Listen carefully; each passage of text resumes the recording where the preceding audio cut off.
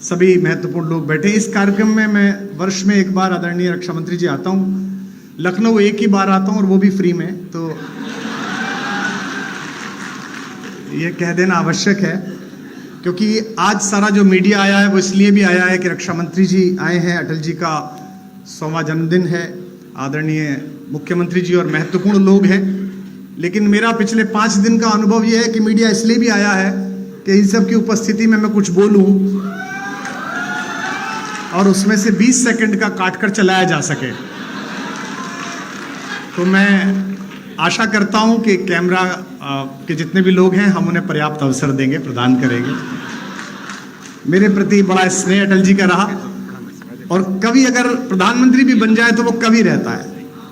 और वे जब प्रधानमंत्री पद पर सुशोभित थे तो महीने में एक बार, 2 महीने में एक बार जब भी उन्हें समय मिलता था तो स्मृति शेष प्रमोद जी के माध्यम से वो दिल्ली में रहने वाले, एनसीआर में रहने वाले जिन 3-4 कवियों को बुलाकर उनको सुनते थे और कुछ अपना लिखा हुआ सुनाते थे। उनमें सबसे कम वय का और बिल्कुल अल्पज्ञ बालक के रूप में उनका स्नेह मुझे मिला। ये मेरा सौभाग्य है।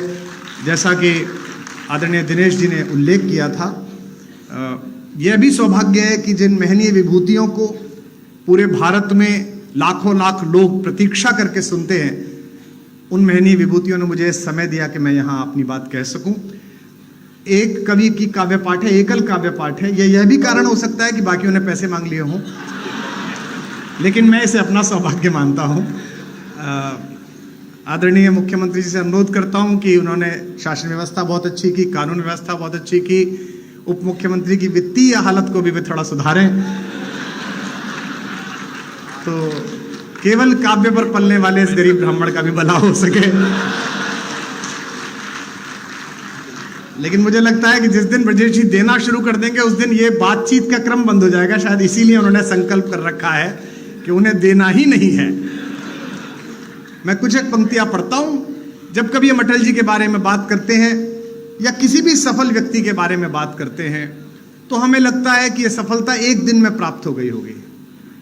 ये सफलता एक दिन में प्राप्त नहीं होती, वर्षों लगते हैं, संघर्ष लगता है, और समूह और सामने बैठे हुए लोग अक्सर सफलता के सितारे देखते हैं, असफलता का एकात्म रुदन कोई नहीं देखता।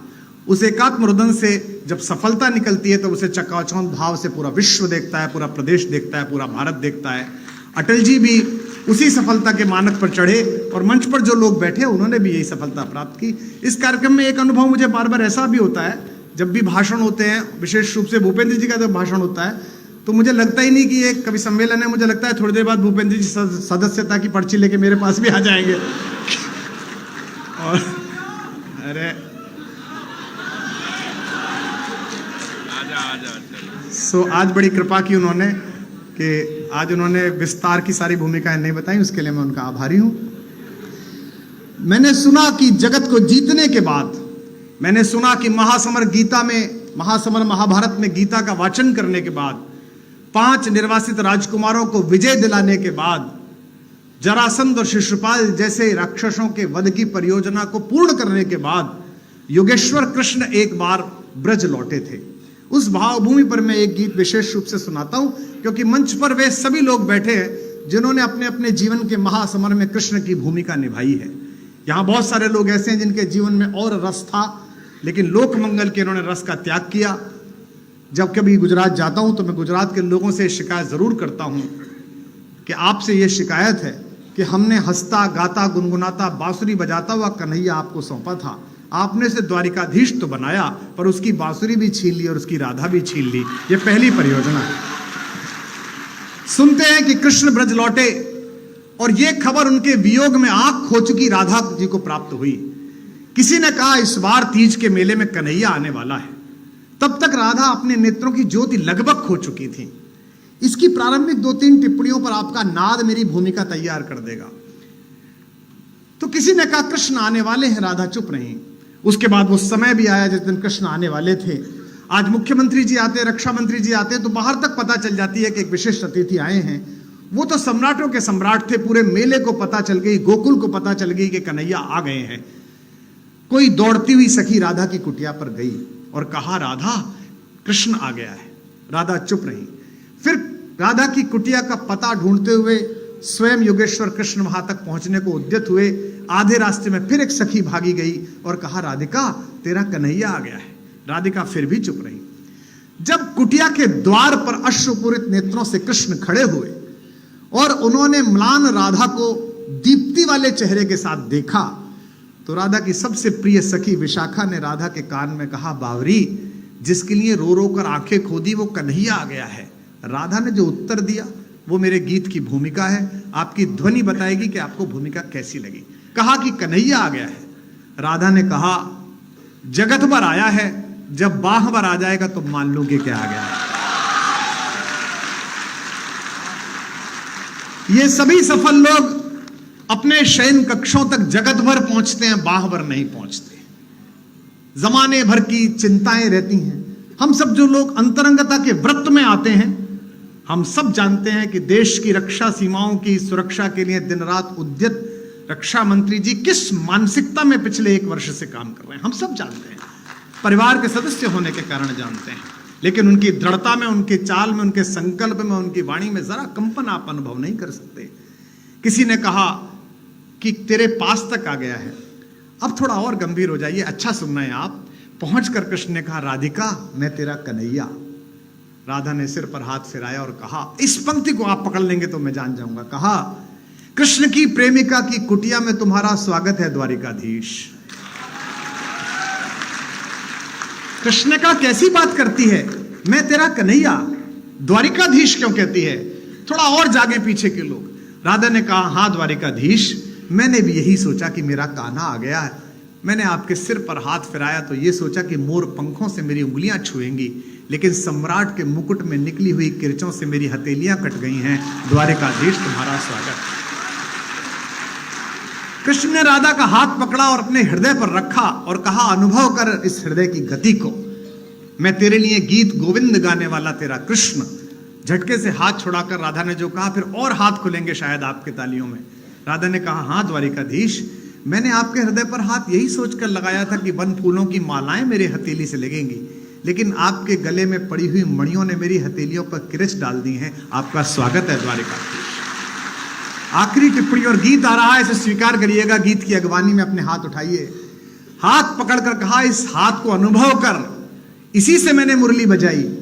हाथ छुटाकर राधा ने कहा, हाँ द्वारिकाधीश, मैंने आपका हाथ यही सोचकर थामा था कि इसमें मुरली का स्पर्श होगा, लेकिन शिशुपालों की गर्दन उड़ा देने वाले चक्र को धारण करते करते आपकी उंगलियों में गड्ढे पड़ गए हैं। आओ द्वारिकाधीश, तुम्हारा स्वागत। कृष्ण ने कहा कि मेरे लिए क्या है, मैं तेरे लिए गीत गाना चाहता हूं। राधा ने कहा कि नहीं, अब जाओ दुनिया को गीता सुनाओ, महासमर में लोगों को विजेता दिलाओ। मैं जिस प्रेम में थी उसमें आनंद में हूं। बस आखिरी बात कह रहा हूं, फिर गीत सुना रहा हूं। कृष्ण बनने की पहली शर्त यह है कि हम सबको अपना गोकुल, अपनी राधाएं, अपनी बांसुरियां छोड़कर आनी पड़ती हैं। पहली बार ये गीत शायद हिंदी में या किसी भाषा में हुआ है। कुछ लोग रो रहे हैं, जिनकी आंखों में आंसू हैं। लोग मुझसे अक्सर पूछते हैं कि आपको सरकारी सम्मान नहीं मिले। पिछली सरकारें तो दे भी नहीं सकती थी, उनकी तो भारतीय यश की दूसरों के लिए ही थी। लेकिन मैं ये मानता हूं कि इतने महनीय श्रोता सुने और इतने महनीय श्रोता रो पड़े, ये किसी भी बड़े सम्मान से कम बात नहीं है। इसके लिए आभार करते हैं। सुनिएगा, गीत सुनाता हूं कि कृष्ण क्या कह रहे हैं। आप सब भी गुनगुनाइए और गाइए। मंच का विशेष आशीर्वाद स्नेह चाहता हूं, सुनिएगा। कृष्ण ने राधा से कहा कि मथुरा छूटी छूटी द्वारिका। बस थोड़ा आनंद के साथ सुनिएगा। मैं जानता हूं कि कुछ उत्साही आप सब लोग भी हैं, लेकिन इस समय महफिल कैसी है, सामने लोग कौन है? महफिल का शहसवार फकत नाखुदा नहीं, महफिल में बैठने का सलीका भी चाहिए। तो मथुरा छूटी, आप सब जानते हैं कि जब खुले मैदान में कोई अखाड़ा होता है तो मेरी भाषा क्या होती है, लेकिन यहां वे लोग बैठे हैं जो मानक लोग हैं, जिनका मैं बहुत आदर करता हूं और जिनका मेरे प्रति अहेतुक स्नेह है। उन सब के प्रति मैं जानता हूं आदरणीय मुख्यमंत्री जी का, आदरणीय रक्षा मंत्री जी का और मंच पर बैठे तमाम महनीय लोगों का मेरे प्रति बड़ा प्रेम है। उस प्रेम को हाजिर नाजिर जान के पढ़ रहा हूं कि मथुरा छूटी छूटी द्वारिका, इंद्रप्रस्थ ठुकराऊं वाह कर सकते हैं, वही पेमेंट है आज। आप सब भी अब मंच से अनुरोध करूंगा कि आप लोग जरूर वाह करते हैं, जो कि पार्टी का कार्यकर्ता पहले नेता की तरफ देखता है कि नेता कर रहा है कि नहीं कर रहा। कि मथुरा छूटी, सरकार में बहुत होता है, हमने भी दुर्भाग्य से एक बार चलाई थी। तो वो 90 के बैच का आईएएस चुटकुला सुनाता था तो 85 वाला हंसता ही नहीं था कि जूनियर पे क्या हंसना। कि मथुरा छूटी छूटी द्वारिका, इंद्रप्रस्थ ठुकराऊं। अगली पंक्ति पर वाह करना, पंक्ति पढ़ रहा हूं। कि मथुरा छूटी छूटी द्वारिका, इंद्रप्रस्थ ठुकराऊं। बंसी छूटी गोकुल छूटा, कब तक चक्र उठाऊं। बंसी छूटी गोकुल छूटा, कब तक चक्र उठाऊं। जो लोग समझ जाएं कि बड़े ठाकुर और छोटे ठाकुर के बीच क्या संबंध है, राम और कृष्ण के बीच, वो ये पंक्ति पकड़ लेंगे कि बंसी छूटी। अब महाराज जी, हमारे ब्रज में कहानी आती है कि जब 15 वर्ष के हो गए कन्हैया और 15वें जन्मदिन पर 14वें जन्मदिन के बाद माता देवकी और वसुदेव को छुड़ाने के लिए पहुंचे कारागार में कंस का वध करके, और पैर छुए तो रास मंजरी में एक गीत आता है कि माता देवकी ने उनको जोर से एक घूंसा मारा और कहा कि बड़ा योगेश्वर बनता है, बड़ा शक्तिशाली बनता है, मां को 14 साल के लिए छोड़ के रखा, छुड़ाने नहीं आया। तो कन्हैया तो थोड़े चुलबुले हैं, मजाक में कहा मैया क्यों मारती है, पिछले जन्म में 14 साल तूने छोड़ दिया था, इस बार 14 साल मैंने छोड़ दिया। कि बंसी छूटी गोकुल छूटा। अब अगली पंक्ति आती है, संभालिएगा, मुझे बताइएगा अटल जी के श्रोता हैं। बंसी छूटी गोकुल छूटा, कब तक चक्र उठाऊं। पिछले जन्म जानकी तुझ बिन जैसे तैसे बीता। पिछले जन्म जानकी तुझ बिन, गा सकते हैं मेरे साथ। पिछले जन्म जानकी तुझ बिन जैसे तैसे, महासमर में रीता रीता, कब तक गाऊं गीता। महासमर में रीता रीता, कब तक गाऊं। और अभी कितने जन्मों तक, हम पर संगीत नहीं है लेकिन ये अटल जी का मंच अगली पंक्ति के समापन पर तालियों की ताल से झूमे, ऐसा मन है। और अभी कितने जन्मों तक, और अभी कितने जन्मों तक तुझसे दूर बिताऊं। कब तक गीत सुनाऊं राधा, कब तक गीत सुनाऊं। कब तक गीत सुनाऊं राधा, कब तक, गाइए। कब तक गीत सुनाऊं राधा। पहला बंद सुनिएगा कि बचपन से प्रभुता का बोझा ढोते कटी जवानी। अपेक्षाएं आपको बहुत कष्ट सौंपती हैं। अपेक्षा हो जाए तो बड़ा कष्ट है। आपके पास एक प्रतिभा और जगत आपसे अपेक्षा करे तो बड़ा कष्ट है। कि बचपन से प्रभुता का बोझा ढोते कटी जवानी, हर पल षड्यंत्रों में उलझी सांसें आनी जानी। युग की आंखें अमृत पीती रही मुझे तक तक कर। ये पंक्ति संभालिए लखनऊ के लोगों। युग की आंखें अमृत पीती रही मुझे तक तक कर। अधर मधुर देखे सबने पर पीड़ा ना पहचानी। अधर मधुर देखे सबने पर पीड़ा ना पहचानी। ये बड़े बड़े घर, ये बड़े बड़े नेम प्लेट और इनके पीछे का अकेलापन मंच अनुभव करता है। मैं किसी का संकेत नहीं कर रहा, आप समझ जाएंगे। अधर मधुर देखे सबने पर पीड़ा ना पहचानी। इस पीड़ा को यार सुदामा, इस पीड़ा को यार सुदामा, कब तक महल दिखाऊं। कब तक गीत सुनाऊं राधा, कब तक गीत सुनाऊं। कब तक गीत सुनाऊं राधा। एक दूसरा बंद अच्छा लगता है, सुनिएगा। छोटा सा गीत है, मैं समय की मर्यादा समझता हूं, सुनिएगा। पहली ही पंक्ति को कविता की तरह सुनिए, ताकि इस कार्यक्रम के जो 2 भाग थे उसमें कविता पाठ भी जागृत रहे, जीवित रहे। कि 2 माओं ने लाड़ लड़ाया, विराजे, कि 2 माओं ने लाड़ लड़ाया, 2 चेहरों ने चाहा। आपकी वाह मिले, मैं उनकी व्यस्तता समझता हूं। कि 2 माओं ने लाड़ लड़ाया, 2 चेहरों ने चाहा, फिर भी भरी द्वारिका में मैं खुद को लगा पराया। फिर भी भरी द्वारिका में मैं खुद को लगा। हर कार्यक्रम में आप जाइएगा तो आपको शॉल पहनाया जाता है, आज तो वही था सिर्फ।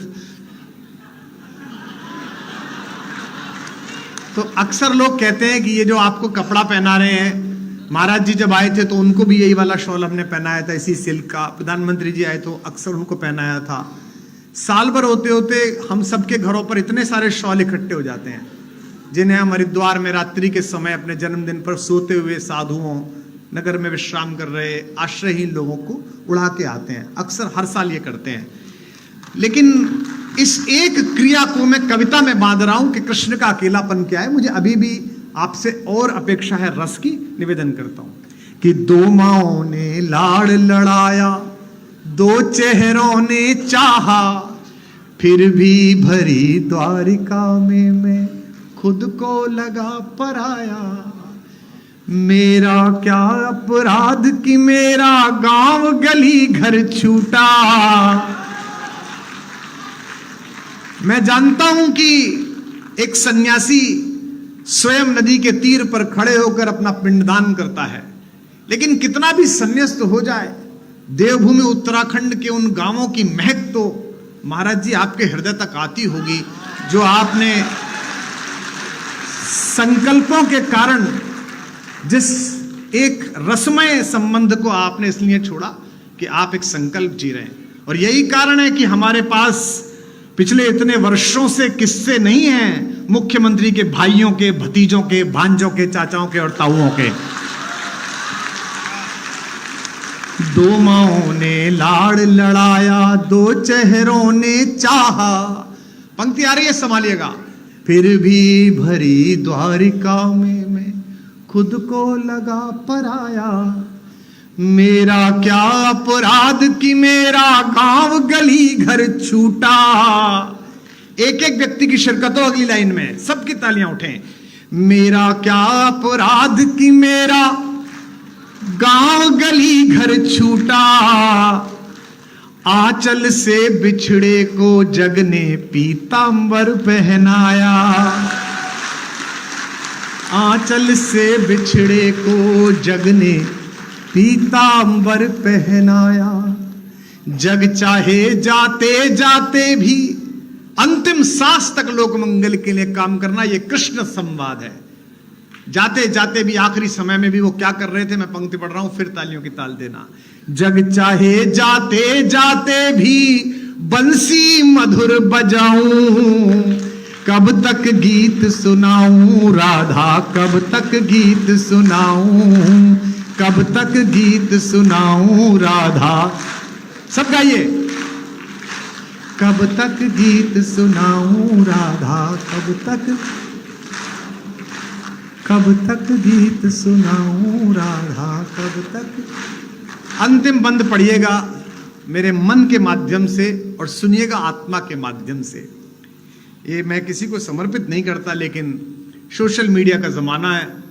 2 घंटा 23 मिनट बोला मैं 4 दिन पहले, 20 सेकंड चला, 20 सेकंड। और उसमें बहुत आभार आदरणीय गृह मंत्री जी।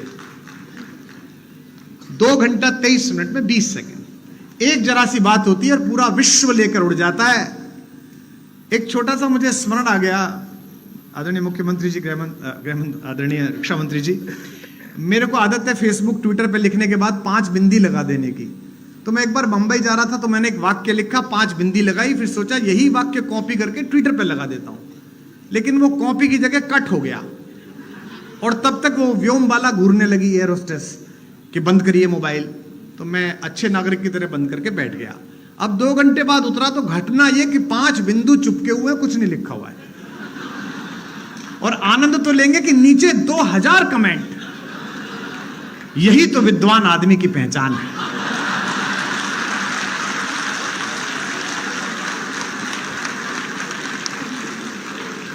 पंच तत्वों को क्या सुंदर तरीके से बताया। एक कह रहा था कि नहीं, आजकल कुमार जी आध्यात्मिक हो गए, आप केवी कुटीर में रहते हैं, तो ये 5 वृक्षों की चर्चा है। कुछ भी चलता है, आपसे एक अपराध अनायास हो या किसी के माध्यम से हो जाए, अपयश में रुचि लेने के लिए पूरा संसार उत्सुक है। लेकिन आपने जितना पुरुषार्थ किया है, आपने जितनी क्षमता और मेहनत की है, उसकी कृतज्ञता देने के लिए संसार बहुत कंजूस है।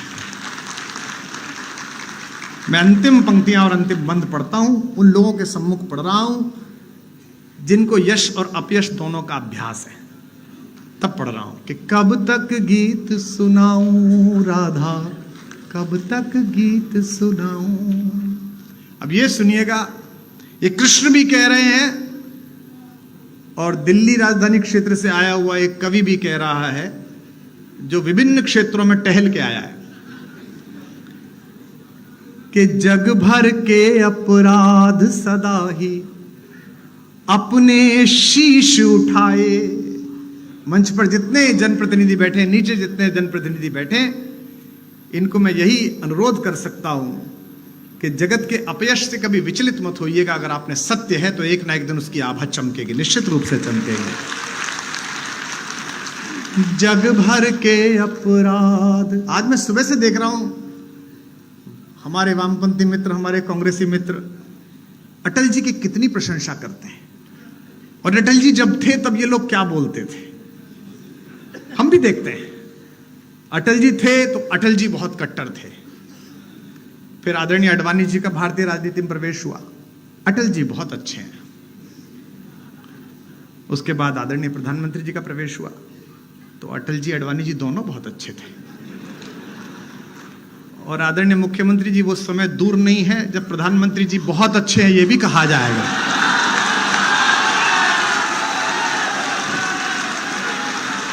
जग भर के अपराध सदा ही। कितना निर्मम जगत है, कितना निर्मम है भाई। और यह केवल भगवती कृपा से होता है, यह केवल माता सरस्वती की कृपा से होता है कि आप निष्कलंक कहीं से लौट आए। मैं अटल जी की कृपा मानता हूं, वे राजनीति में निष्कलंक अजात शत्रु रहे। मैं भी एक छोटा ओरिएंटेशन कोर्स करके अब बाहर आया। यह भगवती की कृपा थी कि मुझे देश के सर्वाधिक महनीय लोग बैठकर सुन रहे हैं, अन्यथा मैं भी दिल्ली में दारू के ठेके का हिसाब दे रहा होता। कहां गया कि जग भर। भाई ऐसा है, केवल आप ही को नहीं सुनना, उनको भी तो खबर चाहिए कि जग भर के अपराध सदाई। सुनिएगा 4 पंक्ति, आप जीवन भर ना भूल पाएंगे आज की शाम। कि जग भर के अपराध सदा ही अपने शीश उठाए। हम 10वीं में थे, रक्षा मंत्री जी इस बात से कुंठित रहते थे कि दिन रात मेहनत करने के बाद भी हमारे भी उतने नंबर आते थे जितने नकल करने वालों के आते थे।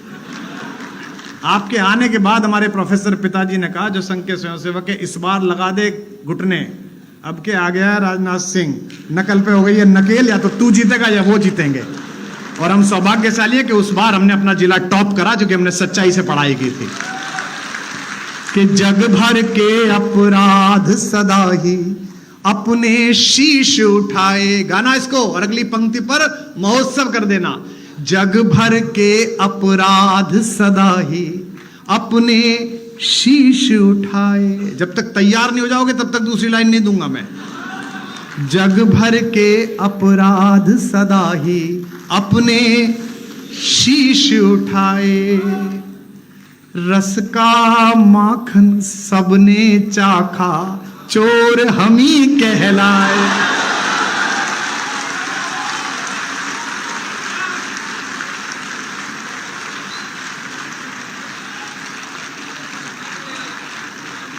जग भर के अपराध सदा ही अपने शीश उठाए। रस का माखन सबने चाखा, चोर। गाओ लखनऊ वालों, रस का माखन सबने चाखा, चोर। जग भर के अपराध सदा ही अपने शीश उठाए। 5 दिन राम पर बोलो, 3-3 घंटे अयोध्या जी में हाजिरी लगेगी। 3 पंजे 15 घंटे, 15 घंटे में नर पिशाचों को एक लाइन नहीं मिली। 20 सेकंड मिले, बस 20 सेकंड, और वो सारे आगे पल्ली पार से। पूरे भारत की समस्या एक तरफ, मैं एक तरफ। कुमार विश्वास ने ये कहा, कुमार विश्वास ने ये कहा। मुझे पता है कि आज के बाद भी अतिसार होने वाला है, कोई दिक्कत नहीं है। अरे भैया रहने दे तो बेटा, ये जिंदाबाद विंदाबाद दूसरों के लेकर मेरे 7 साल बर्बाद हुए इसमें। रस का माखन सबने चाखा, चोर हम ही कहलाए। और सुनिए अंतिम 2 पंक्तियां, फिर एक ध्रुव पंक्ति पढ़ के विराम लूंगा। इस पर भी 1 मिनट तक ताली बजेगी कि रस का माखन सबने चाखा, चोर हम ही कहलाए। दिल्ली से भी जोड़ना, दिल से भी जोड़ना और कृष्ण से भी जोड़ना। रस का माखन सबने चाखा, चोर हम ही कहलाए। युग के दुर्योधन के जब जब अहंकार को कुचला, युग के दुर्योधन के, कम हाथ खुले आपके कुछ लोगों के, अगली बार ध्यान रखना। युग के दुर्योधन के जब जब अहंकार को कुचला, दुनिया जीती, दुनिया जीती, गांधारी के शाप हम ही ने खाए। गाओ, युग के दुर्योधन के जब जब अहंकार को कुचला, दुनिया जीती, गांधारी के शाप। रस का माखन सबने चाखा, चोर। युग के दुर्योधन के जब जब अहंकार को कुचला, दुनिया जीती, गांधारी के शाप हम ही ने खाए। मूर्खतापूर्ण प्रश्नों पर ऊर्जा व्यर्थ नहीं करनी चाहिए, बहुत महत्व। हमको क्या कहते हैं, आप सब तो महनीय हैं। पिछली बार जब प्राण प्रतिष्ठा थी तो ज्यादा व्यस्तता हो गई, तो इधर से उधर जाने के लिए एक वो चार्टर कर लिया, उसकी फोटो लग गई, तो 15 दिन इसी पे पिले रहे भाई कि ये राम पर बोलते हैं और चार्टर पे जा रहे हैं। तो मैंने कहा ये कहां लिखा हुआ है चार्टर में हराम वाले ही जाएंगे, राम वाले नहीं जाएंगे, ये कहां लिखा हुआ है?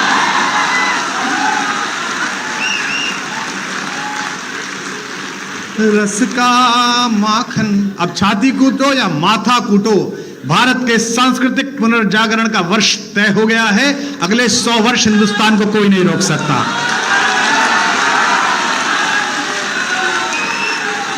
युग के दुर्योधन के जब जब अहंकार को कुचला। फिर कह रहा हूं, अपने बच्चों को रामायण पढ़ाओ, महाभारत पढ़ाओ, और इसलिए पढ़ाओ कि फायदा होगा। मुझे हुआ, मैंने महाभारत पढ़ी थी तो मुझे पता था कि मित्र अगर दुर्योधन निकल जाए तो उसके रथ से उतर के भागो, वरना कर्ण की तरह मारे जाओगे। तो इसलिए पढ़ो, चलो मत पढ़ो उस कारण से जो मैंने कहा था, इस कारण से पढ़ लो। युग के दुर्योधन के जब जब अहंकार को कुचला, दुनिया जीती, गांधारी के 36-37 वर्ष हो गए मंच पे हमें, हैं? 30 साल तुमने जो उपेक्षाएं की उसका कोई मायना नहीं। हम खुद ही लड़ते रहे, खुद ही भिड़ते रहे, अकेले बोलते रहे। आज थोड़ा सा बड़े लोगों का आशीर्वाद मिल गया, उनका स्नेह मिल गया, तो तुम्हें दर्द हो गया कि कवि इतना लोकप्रिय क्यों है। कवि लोकप्रिय नहीं है, विचार लोकप्रिय, जिसे कवि गा रहा है। युग के दुर्योधन के जब जब अहंकार को कुचला। विदा करना मुझे, मैं आपसे सवाल पूछ रहा हूं अगली लाइन में।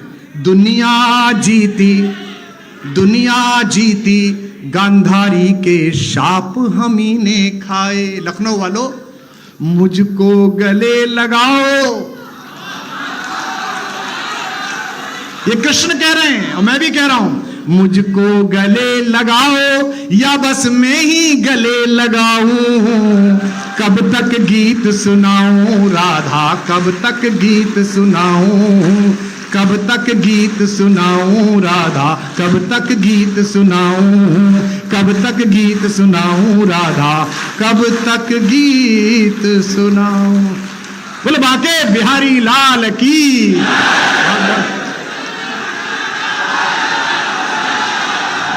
बहुत बहुत धन्यवाद।